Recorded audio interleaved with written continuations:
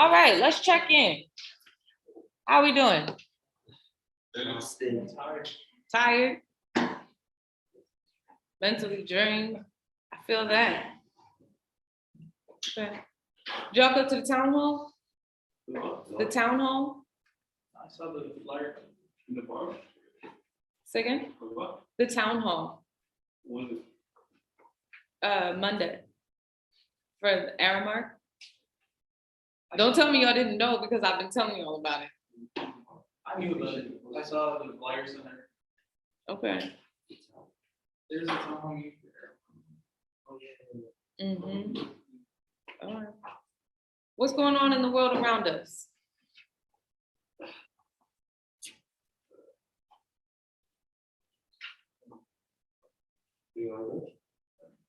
I was gonna say that, what's it called? Like, I think it was a San Bernardino high school. Mm-hmm. The daughter of a high school football coach accused of sexual assault on 6 varsity football players. Oh, wow. Yeah. And what's it called? Apparently that she preyed on the football players that were like vulnerable before. Mm-hmm. And I think she continuously did that until like 6 varsity football players came out about it. Wow. Why is that something that we should be concerned with? What do you think?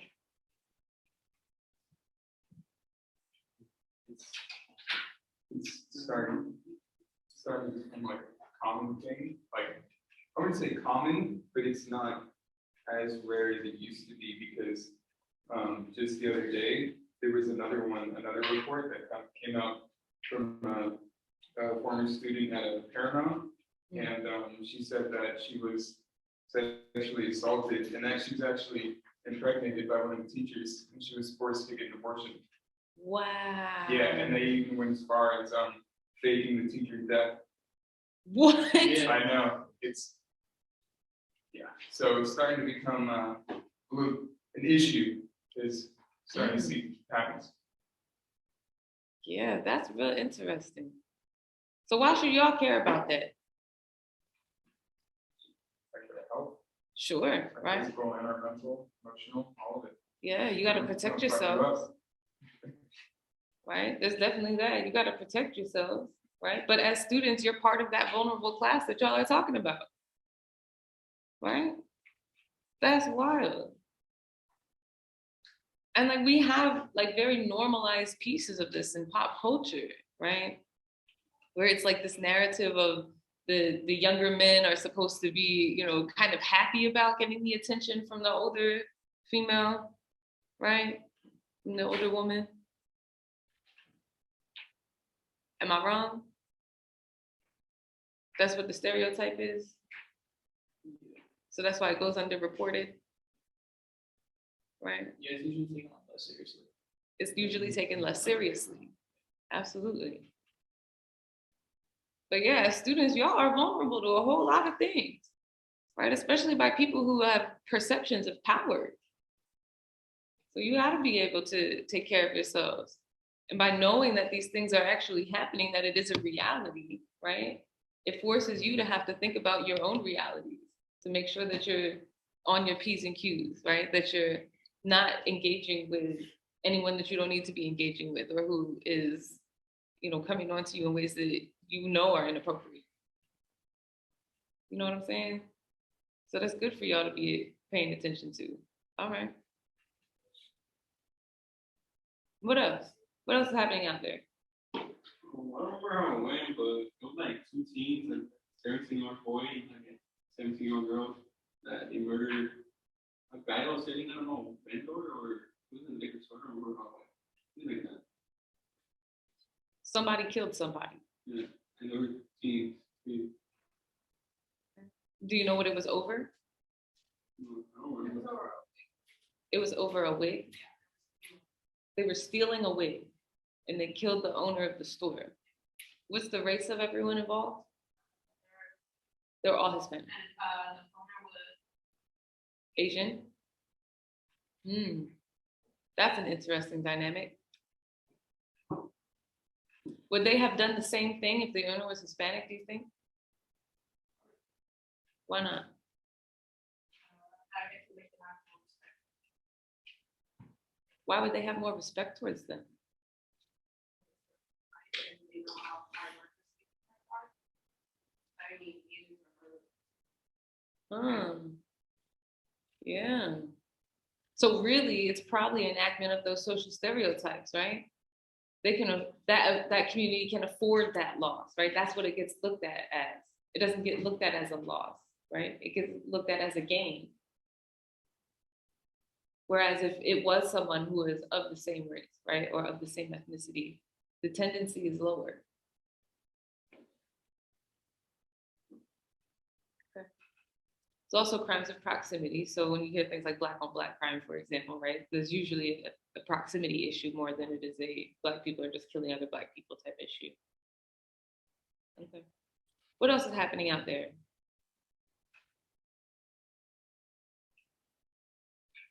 At least 36 Say, you got to speak up. I can't hear you back there. at least 36 dead, including 24 children in a massacre at a child care center in Thailand. Is that the Pakistan? I'm not sure, but I just like recently saw like this one. So just bear that. Because I think I heard something about that story. And it was the ex-police officer. Yeah. Yeah, that's an interesting story. Why should we care? It's not here. Why is that something that we should be concerned with?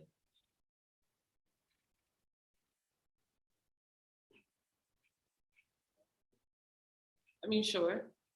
It's a global issue, right? What else? Give me another reason. Give me another reason that we should care.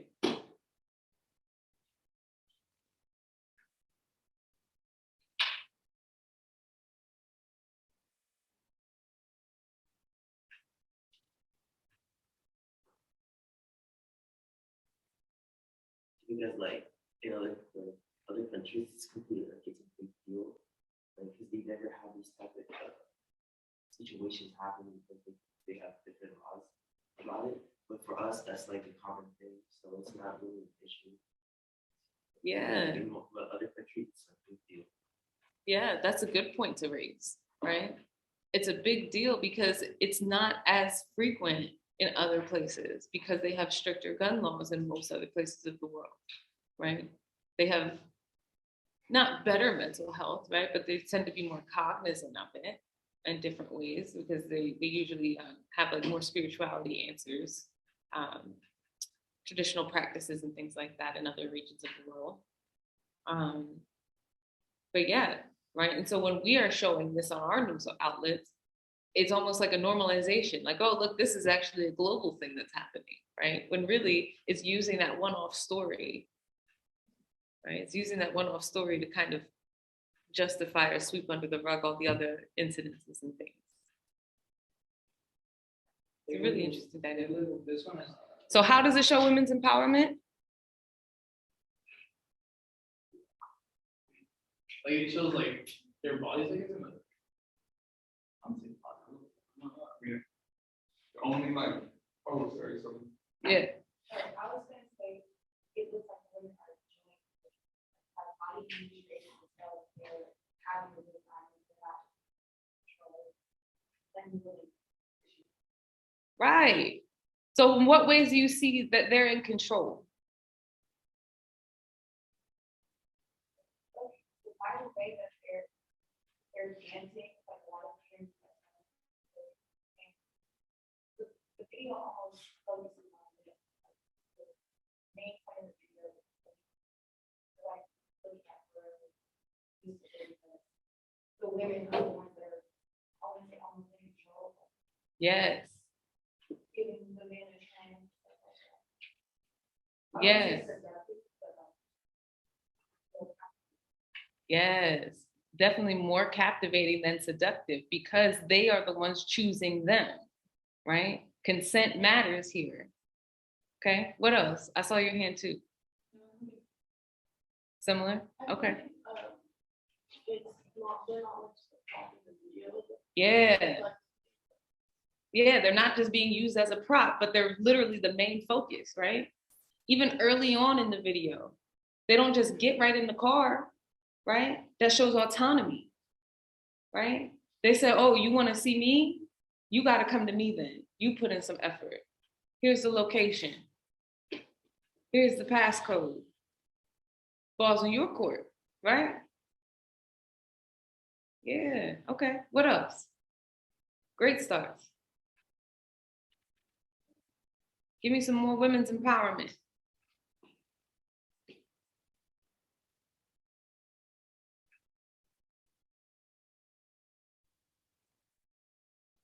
It's difficult to see because we've been trained to look at these in very specific ways, right? And so what we're doing is untraining ourselves. We're unlearning things. When we watch music videos, a lot of the time, especially videos that kind of look similar to this, right? We don't analyze it in the same way. We just kind of look at it for face value. We go, oh, another video with, titties and ass shaking around and, and it doesn't look empowering, right? We have to actually do the analysis to find the empowerment a lot of the time, even when it's literally right in our faces, right? It just points to the conditioning that we've all received to look at things in a specific way. So I know that this is difficult. I know it's difficult, but y'all doing a great job. Give me one more. One more piece of women's empowerment that you saw in this video.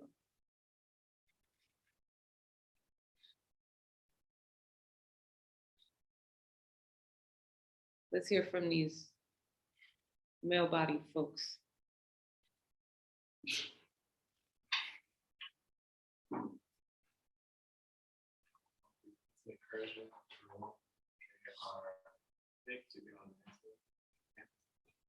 Why? To who?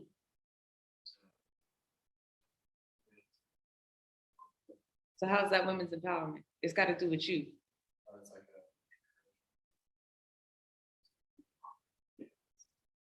Okay, so not about you. Right. That's the empowerment piece. Right? They're not doing it to be attractive for you. They're doing it knowing that they are attractive by themselves. And if you get invited in, you should be lucky, right? You should be the one to feel honored. It don't got nothing to do with trying to attract you, right? They walking down the street, they're not looking for him, right? They walking down the street looking at how they looking, just to walk down the street looking how they looking, right? Yeah, that's the empowerment piece, right? All right. Next task. Next task is the homosociality. So we are going to be looking at DMX, Where My Dog's At.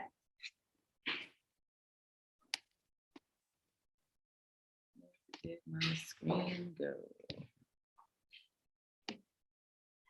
Not the right one, not the right one. That's what happens when you work 15 million jobs. You got all your screens.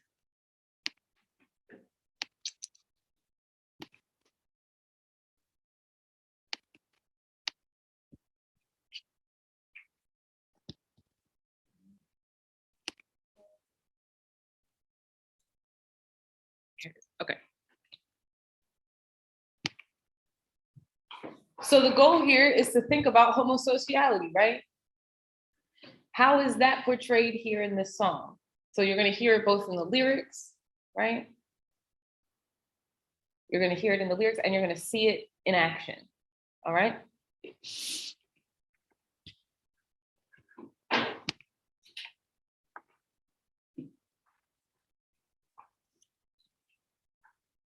Y'all coming? Y'all gonna come over here? You just gonna, oh, all right.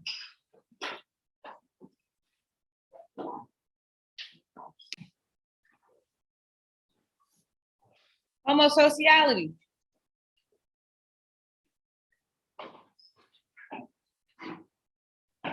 What you see? What you hear? So that very last section was dedicated to Caleb. Yes. So it was like him being very vulnerable and like talking about how his grief and how he hopes that none of his other friends have to go the same fate. Yeah. It's like wishing that they do better. Uh-huh. It's like uplifting for them so they could reflect on their lives. Sure. But only at the end. Yeah. It took a while to get to the vulnerability part, right? What happened first? How do we get to the ability to be vulnerable? Being prideful, I guess. Keep going. Because in the first part, they're really like prideful of where they're from and like what they do.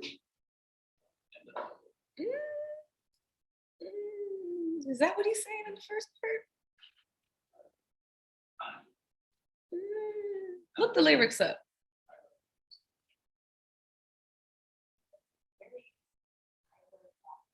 Yes. Showing off to the sky, very, homophobic, Very homophobic. very, Yeah. Right. So you have to do this excessive display of hypermasculinity in order to get to the part where you even feel comfortable enough to be vulnerable, right? And even then, you're still very selective in what you say and how you say it, right? He'll say we miss you, but he's got to get the chick to say we love you, right? Okay.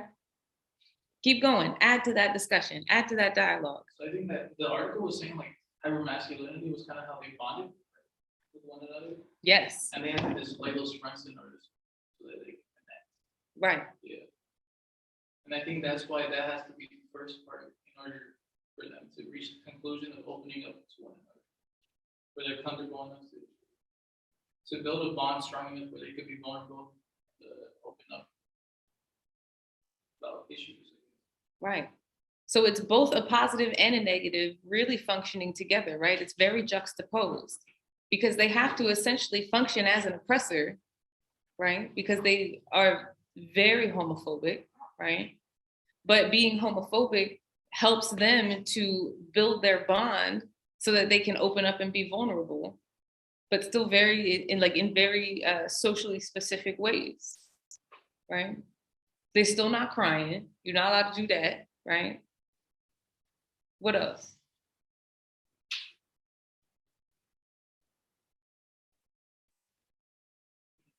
What else are y'all pulling out of this?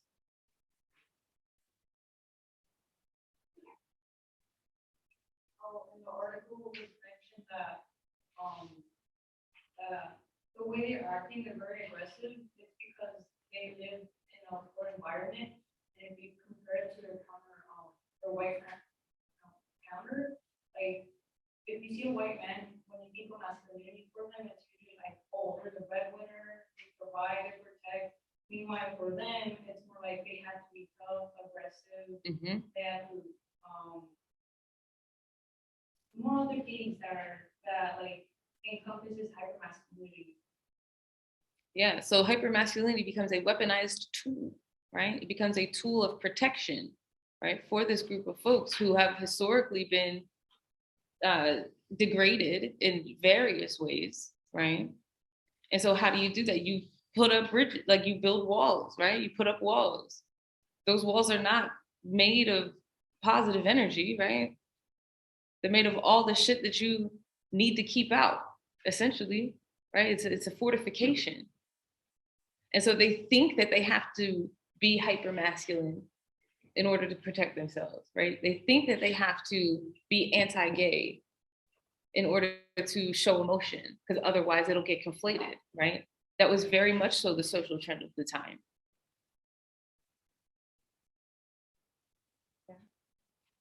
So how have we gotten to today where like things in hip hop have definitely shifted, right? Attitudes have shifted a lot in terms of both homosociality and homosexuality, right?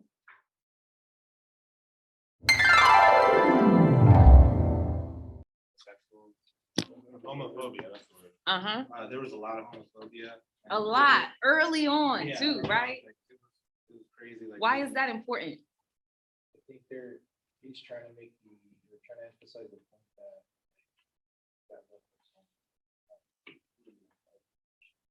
Yeah, right. He's gonna make sure from the start, like, hey, I know this is about to be a song about a bunch of men. However, please understand, right? And this is a thought that was very highly perpetuated within hip hop, right? So hip hop has a tendency of being homophobic, right? Why would that be?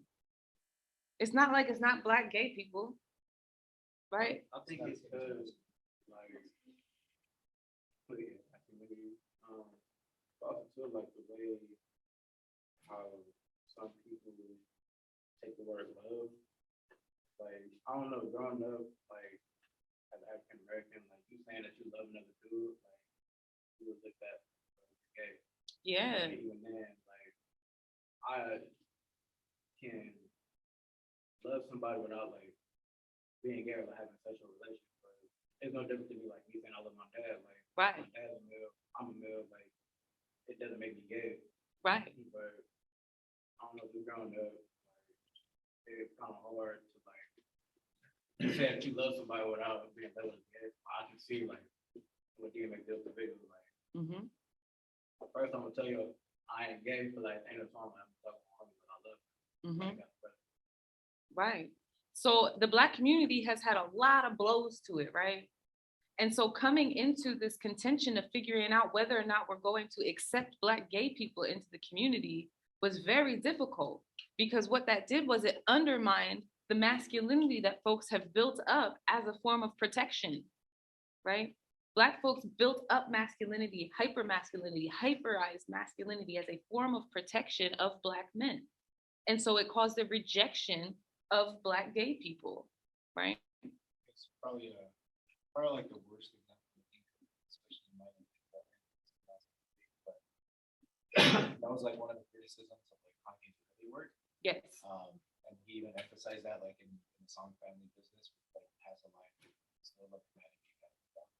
It's emphasizing the point of like we're trying to get over that masculinity. Yeah. There's nothing wrong with like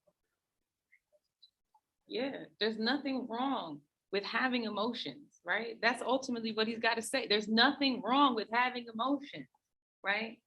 But in hip hop, we have to project them in a very specific way, right?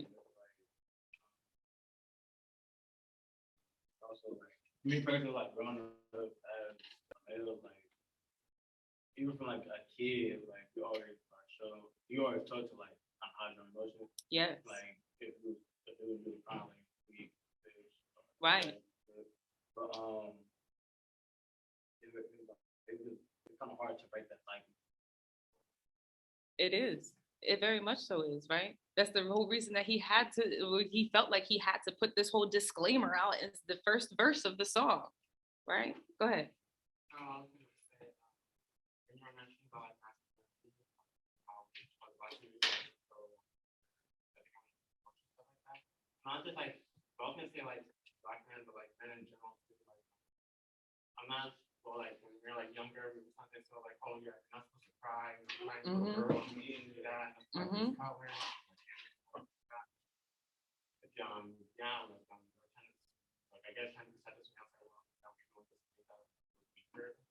Yeah. Right. It doesn't happen so much now, but back then, growing up, Yes. like not even any. Considered monotheistic because they have one God. Yeah, you explained it perfectly. And if you look at the history of Christianity in America, like slavery was condoned in the Bible. Like yes. White people have used the Bible to condone a lot of bad things, and one of the bad things is homosexuality in the Bible that they use, and it permeates through all Black society, and it obviously would permeate in music too as well. Growing up, there's always bad things. We all have people in our families who are sexual, and I feel that, like, especially in the '90s, hip hop and everything, it was very prevalent. Pause, I think, when you're saying something like pause. Yeah. And I feel like religion really, a lot of music comes from the church. Like the soul, the R&B, the hip hop comes from the church. So of course, a lot of stuff that we church would permeate the music. Absolutely. So I felt like religion, as you know, like I said, I'm atheist. Religion is really, DMX was a really religious person too, Mhm. as well, and Very Christian. very Christian. And it's really hard a lot of times to see with Trump or something like that, where you're supposed to be this Christian ideal person, Mhm. but you're also in Jews and all that stuff. It's they don't. No, match that up. was it. Ironic. Okay, well, That's a good one. ironic that you're supposed to have all these values of being Christ-like, then you're being the total opposite person. Mhm. It's hypocrite. That's another good That's one. another word. Mhm. But yeah, it's very hypocritical, and it's hard to be in both of these worlds. Like I remember growing up, there was like this group called DC Talk, Mhm. Christian rap. Yeah. My mom let me listen to that, but I'm just like, whack, you know. Yes. Imagine. Have a good one, y'all. What's the last one?